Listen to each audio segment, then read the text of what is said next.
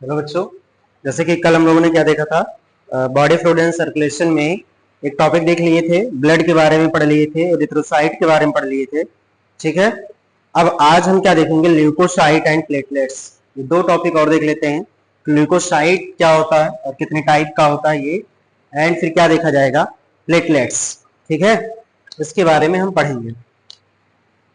चलो देखो क्या है ये ल्यूकोसाइट और प्लेटलेट्स।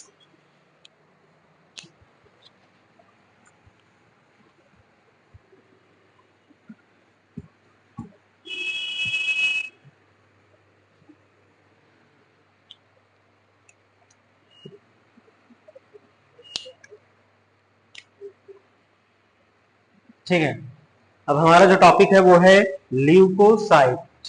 क्या है, यहाँ लिखते हैं ल्यूकोसाइट्स ना। देखो ल्यूकोसाइट्स क्या कह रहे हैं कि इनको व्हाइट ब्लड सेल भी बोलते हैं। इनको क्या बोला जाएगा, देखो सबसे पहला पॉइंट इसमें क्या याद करोगे आप, इनको WBC भी बोलेंगे हम।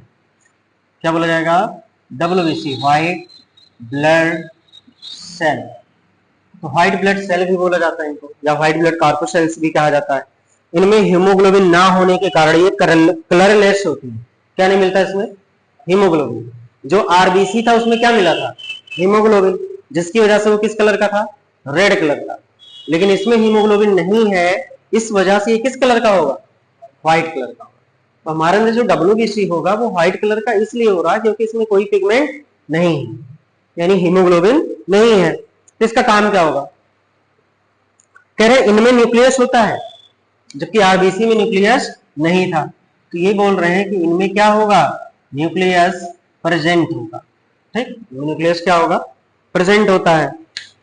और क्या है, कह रहे हैं आरबीसी की तुलना में इनकी संख्या कम होगी। आरबीसी की संख्या कितनी, 5 to 5.5 मिलियन पर MM³ यानी एक घन सेंटीमीटर। अगर आप एक घन मिलीमीटर आप क्या लेते हो, क्या ब्लड लेते हो, तो उसमें क्या रहेगा, लगभग 5.5 मिलियन आरबीसी की संख्या हो जाएगी। कह रहे ल्यूकोसाइट की जो संख्या है वो 6000 से 8000 mm पर क्यूब ऑफ ब्लड होता है।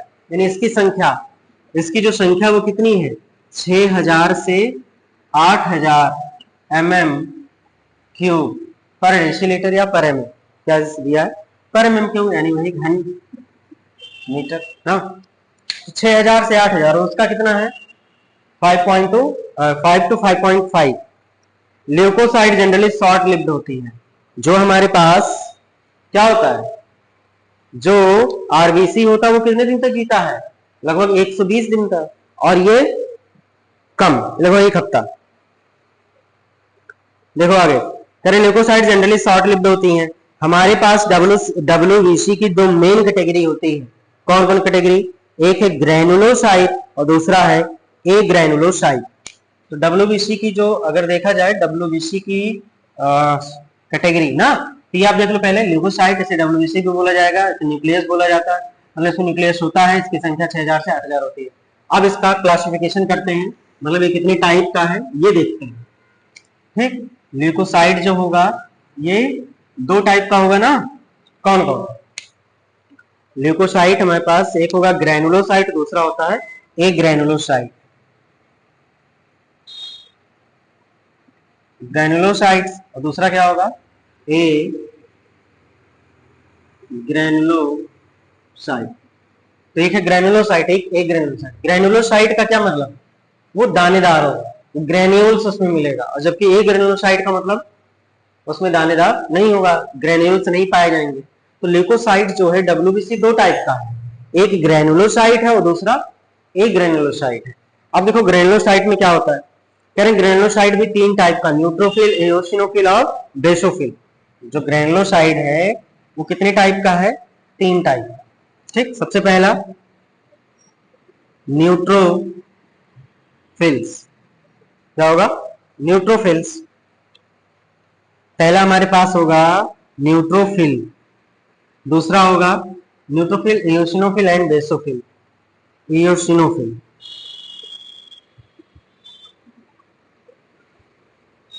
और फिर बेसोफिल होगा।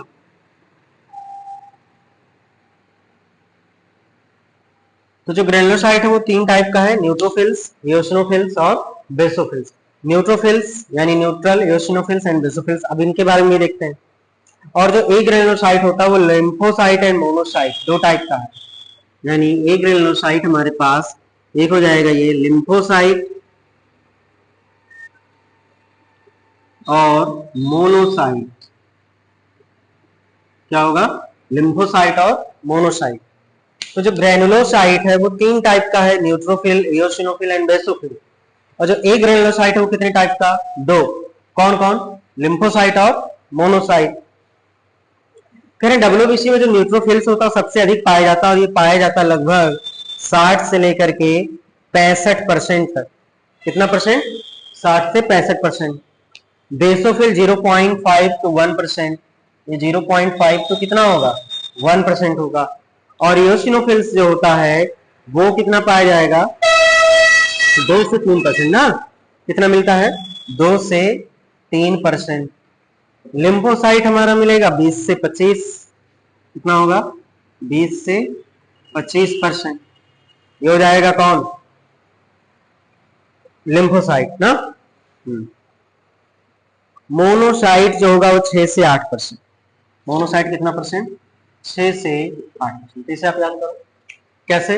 ल्यूकोसाइट दो टाइप का, एक ग्रेनुलोसाइट और दूसरा ए ग्रेनुलोसाइट। ये ग्रेनुलोसाइट है, ये ए ग्रेनुलोसाइट है।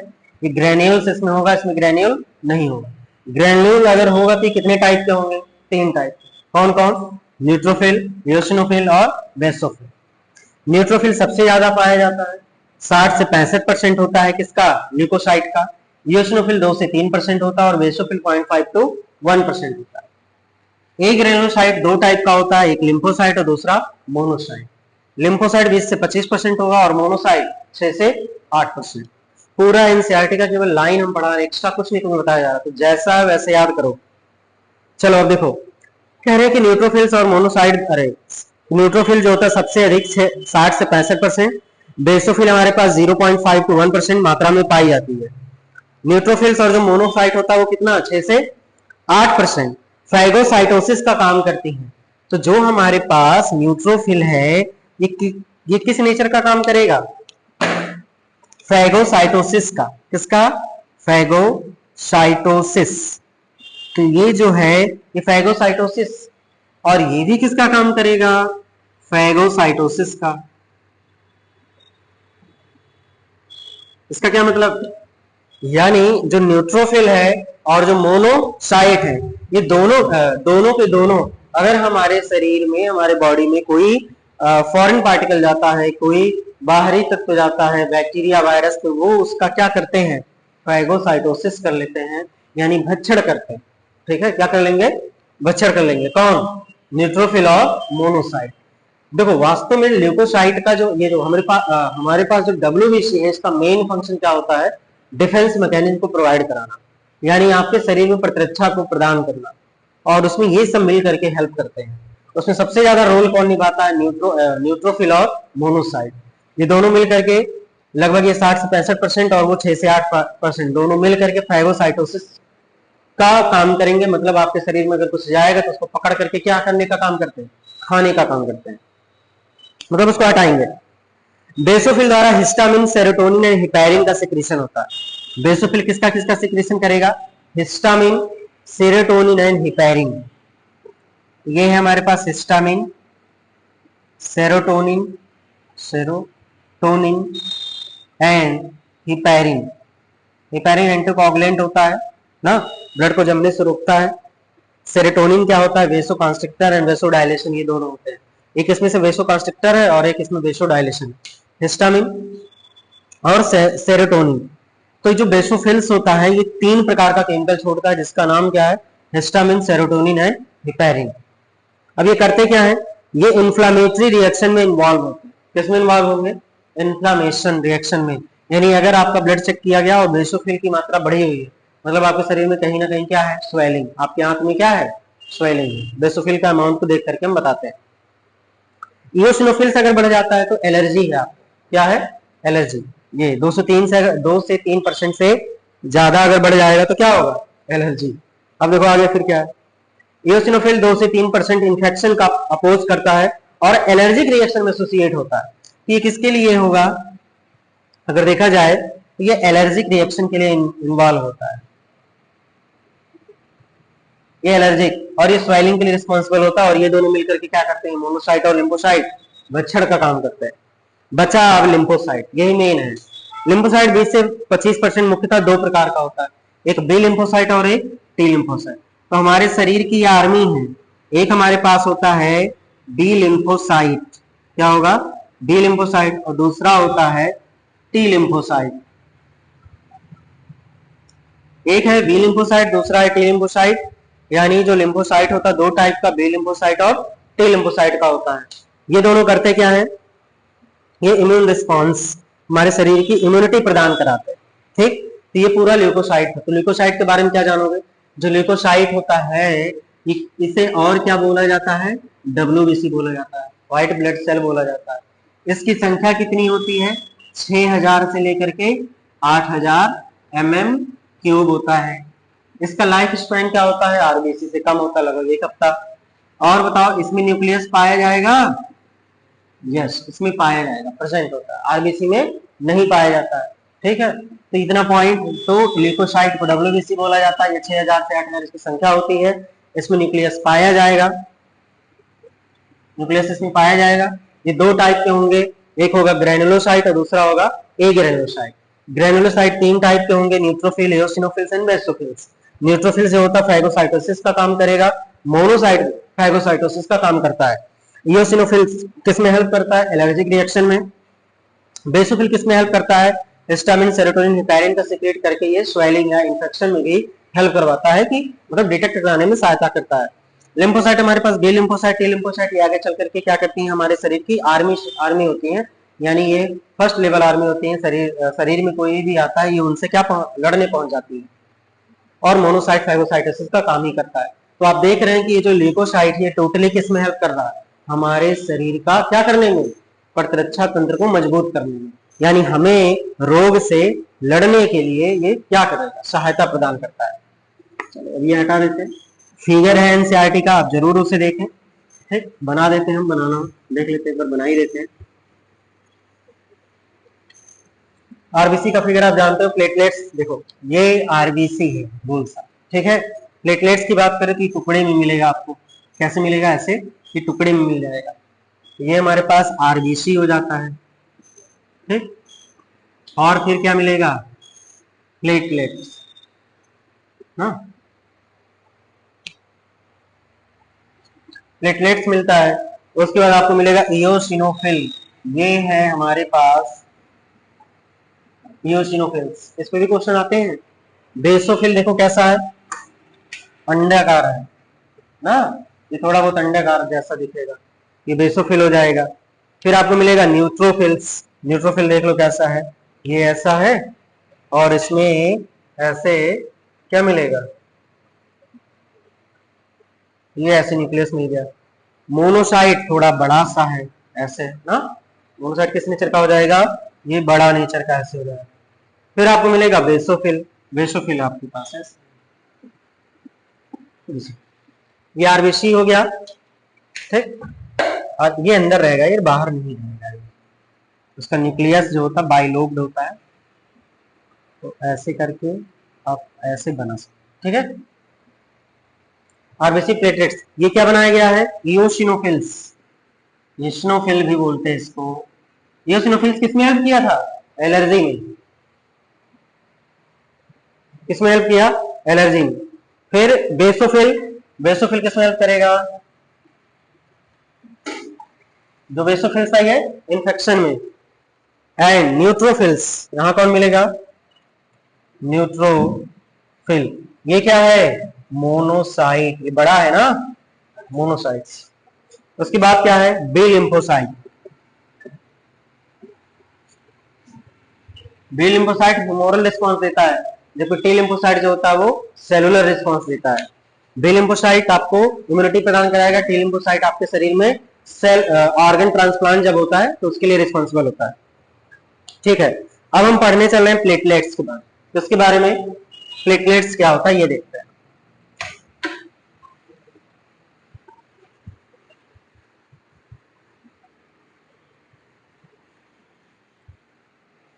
देखो प्लेटलेट्स क्या है ये समझते हैं हम लोग।